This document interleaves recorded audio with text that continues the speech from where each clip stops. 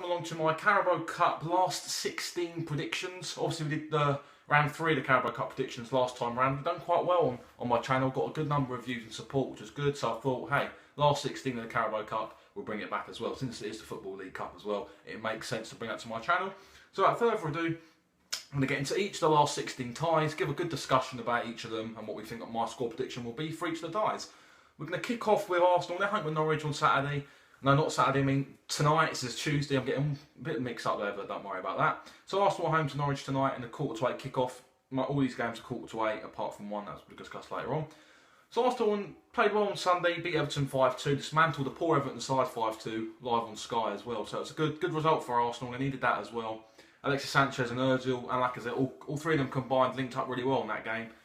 So it was a positive result for them in terms of trying to really get some momentum going to try and stake a top 4 claim this season. It's going to be hard. I mean, they played the Europa League game on Thursday night as well. So it's going to be quite tough for Arsenal this season. I don't think they'll make the top 4 in the Premier League this year. Just down to the fact you've got other teams in around like your Cities, Chelsea's, United's. They're all going to be in around that top 4, and Spurs as well, without forgetting them. I think they'll be all been in around that top 4 this season, and I'll probably see United alongside Liverpool probably finishing in the top, outside of the top 5, maybe 5th and 6th for them two respectively.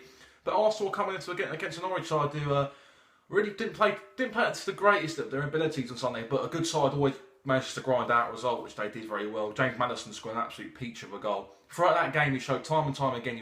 Every time he was against Ipswich, he picked up the ball from Wiltshire, them two linked up really well down the left-hand side. He'd always come inside on that right, stronger right foot of his, indicating every time. And Ipswich allowed that too easily, in my opinion, throughout the whole of that game. They allowed Maddison to come in onto his right foot so much easier.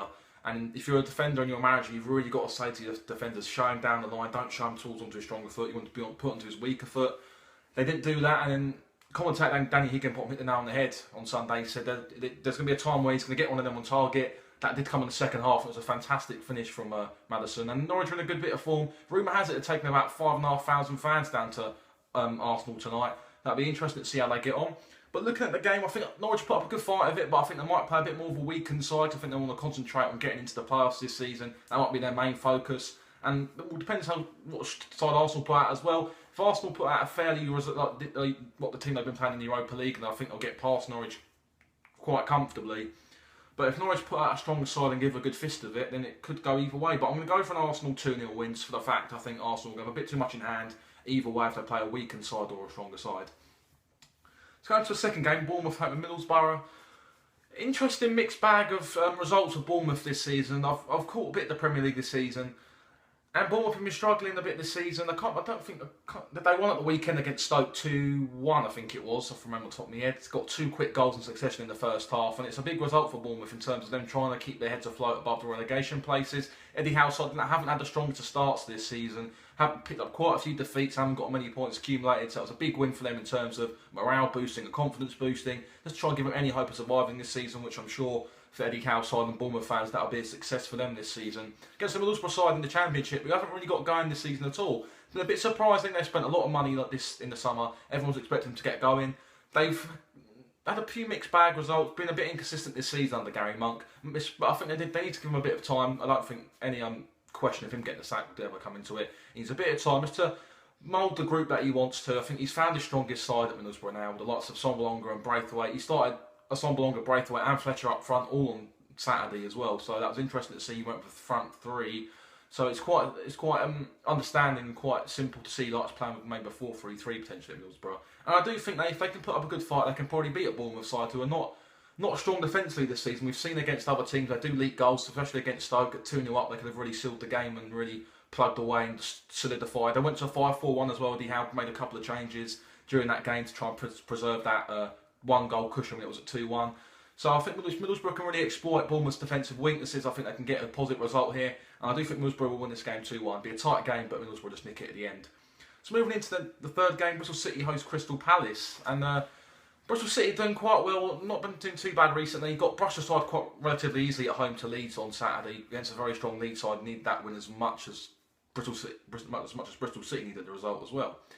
So it's not. I wouldn't worry too much with Bristol City there.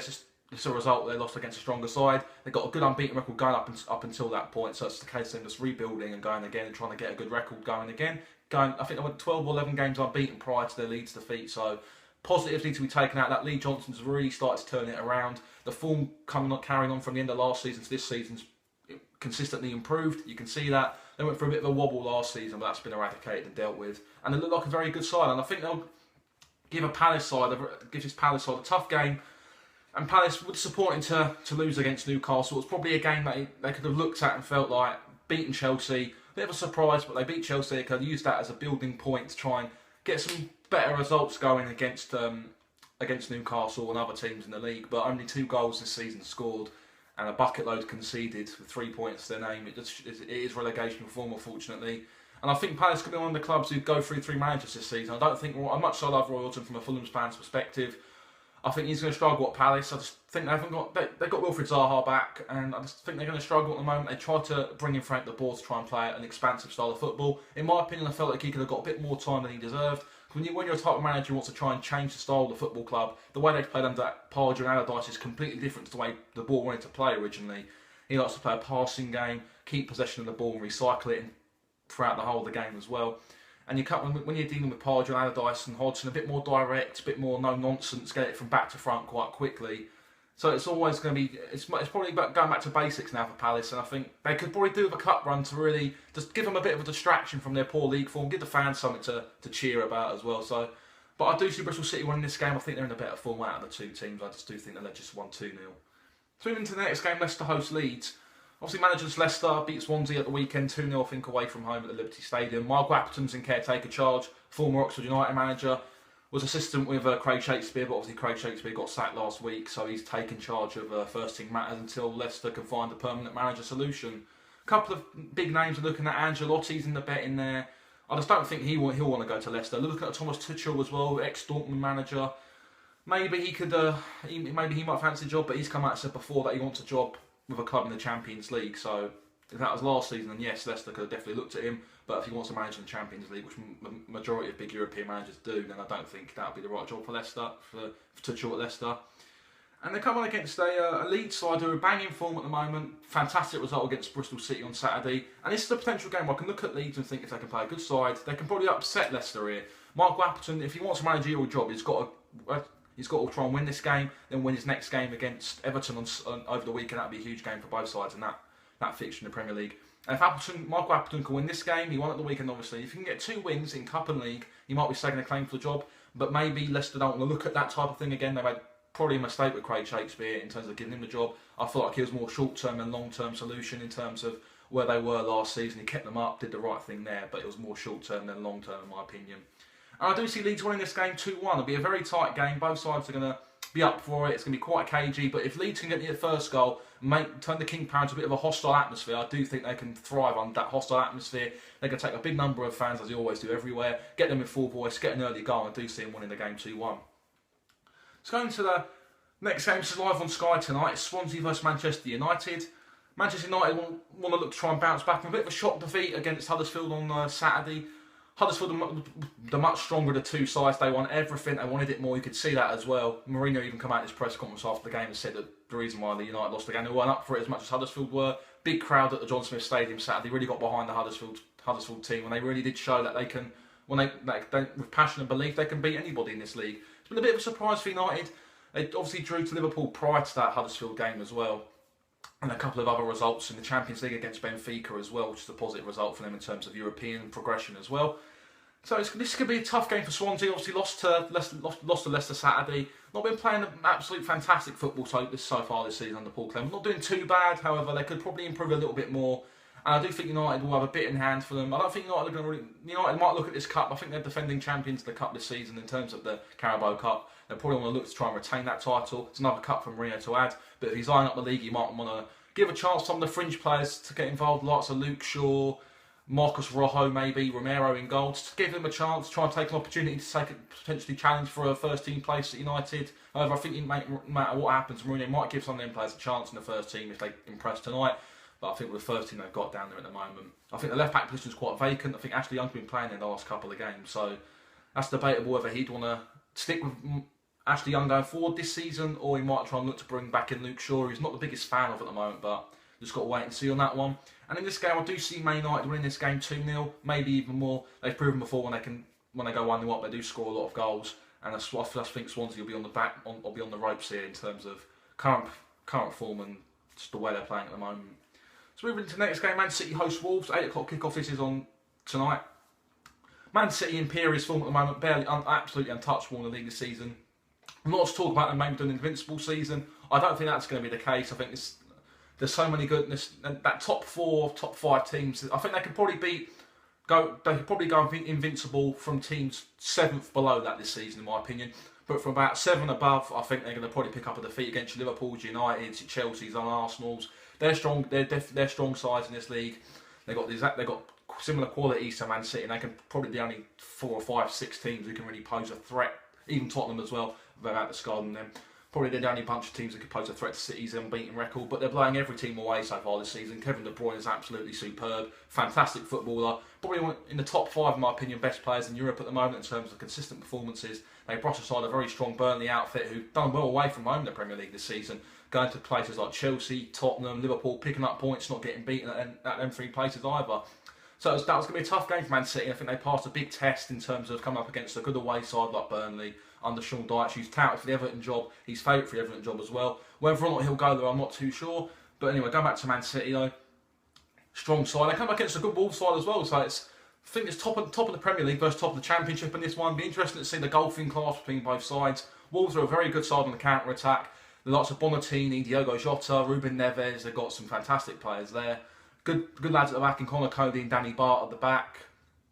John Ruddy between the sticks has proved reliable this season as well. So it's going to be a very tight game for Man City. Potential bananas here if they're not fully focused. But I do see them winning this game 3-1. I think they'll score 3 goals. I think they'll score enough goals to win the game. But I do see a Wolves goal happening in this game as well. But I just think Man City have a bit too much quality for Wolves going forward. So moving into the Wednesday games, we've got 2 Wednesday games. Chelsea versus Everton.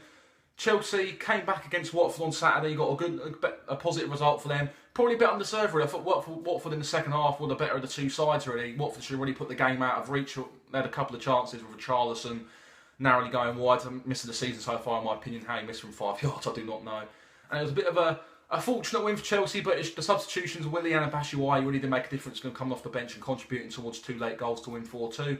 So they come up against a managerless Everton side who got brushed aside by Arsenal 5-2. Probably the reason why Ronald Koeman got sacked, in my opinion. Losing in that way, the way Arsenal are at the moment, and losing emphatically 5-2 is definitely worrying. Spent a lot of money on players. 45 million for Sigurdsson, in my opinion. They probably didn't need Sigurdsson. They brought in Rooney and David Klaassen, 2 number 10s there. We've also Ross Barkley at the club already, so there's 3 number 10s there. They could have invested that into a striker maybe to replace Lukaku, which they still haven't done, and you can tell they miss his goals this season. That Ramirez hasn't really done much since arriving from Malaga. And it'd be interesting to see if Sean Dyche were to get the job. It'd be good, someone who can organise them defensively. He's proven that Burnley's 8th in the league at the moment, so whether or not Burnley will allow him to leave or not, I'm not too sure. But I think in this game, Chelsea will have enough to really beat Everton. I think Everton are low on morale and confidence at the moment, and Chelsea should brush them aside comfortably 2-0. Let's go into the last game of this round of the Carabao Cup. It's a big, massive game on Sky on Wednesday night, tomorrow night. Tottenham host West Ham. Tottenham absolutely blew Liverpool side on Super Sunday.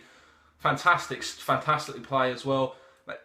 Harry Kane got a brace as well. Heung-min Son and Dele Alli with the 2 other goals. Fantastic result for them in terms of really arresting that Wembley hoodoo. They've got 2 wins against Bournemouth and Liverpool now at home at Wembley in the league. So the hoodoo, as people may talk about, is gone. And they're a really good side. But my only problem for me is Tottenham have got such a fantastic side, but they need to win something, because this is probably the best side they've had in a long, long time, and they want to be remembered for winning something. This will be a good chance to win a cup this season, I think, for them. As I do think Pochettino's a fantastic manager, worked absolute wonders at Tottenham this season and last season as well. Really reshaped the style and the culture of the club from top to bottom in terms of players on the pitch and off the pitch as well.